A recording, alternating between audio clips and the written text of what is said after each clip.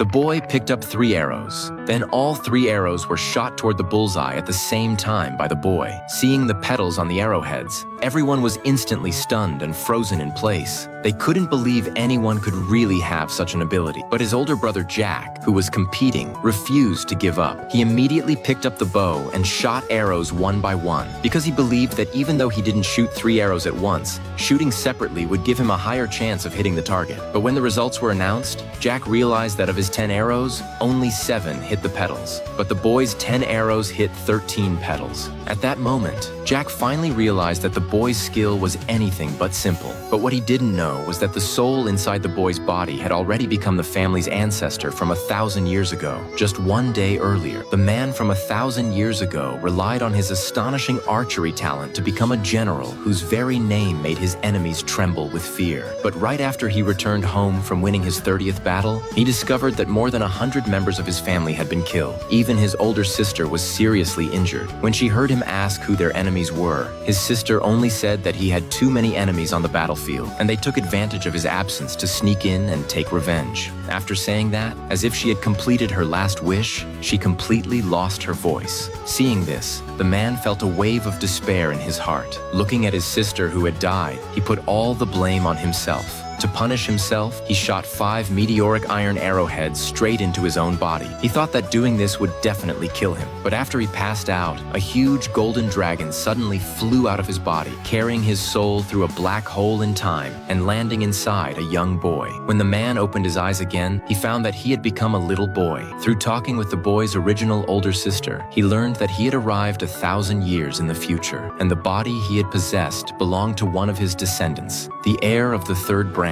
of the family. But what puzzled the boy was that the meteoric iron arrowheads he had sealed in his body 1,000 years ago had actually traveled with him through time. Before he could figure out the reason, he saw his sister Lisa nearby, picking up a bow and shooting toward a distant sword. With just one glance, the boy knew that Lisa's strength could never hit that sword from so far away. Sure enough, Lisa's arrow grazed past the side of the sword. Seeing his sister looking disappointed, the boy felt even more confused. To test how difficult the shot really was, after Lisa left, he picked up the bow and shot toward the sword. But using only a portion of his strength, the arrow embedded itself right into the sword. This made the boy start to doubt the abilities of his descendants. But before he could sort things out, voices from the distance could be heard. Hearing their conversation, the boy realized that the head of the family was bringing Jack, the most gifted one, to test his archery. The boy hadn't planned to get involved, but seeing everyone stunned by the arrow he shot, standing there in shock, and looking around for the one who shot it, he finally couldn't help walking out in front of them and directly saying that he was the one who shot the arrow. But the next second, he was mocked by everyone. They said he was the useless one in the family, and that he didn't know any archery at all, let alone pass any test. They bluntly told him to first learn how to even pull the bow before coming here to lie. Hearing this, his second uncle looked at the boy with even more disgust, saying they never should have named him after the family ancestor. He said directly that this was insulting the ancestor, and this scene was seen by Lisa as she returned. She immediately stepped forward to stop them, saying that when their father chose the name, he only wanted his little brother to grow up safely, not to make him a target of ridicule. But her words angered the second uncle instead. He said that even if Lisa protected the boy, it would be useless, and bluntly claimed that once Lisa married, the boy with no talent would only be taken over by the other branches. Hearing this, Jack seemed to think of a way to gain benefit, so he immediately told the clan leader that he wanted to obtain part of the 3rd branch's power right now. Thinking about Jack's archery talent, the clan leader was about to agree on the spot, but Lisa stopped him. She said they were all descendants of the same family, and if they wanted benefits, they should obtain them according to family rules. She then suggested having a competition with Jack.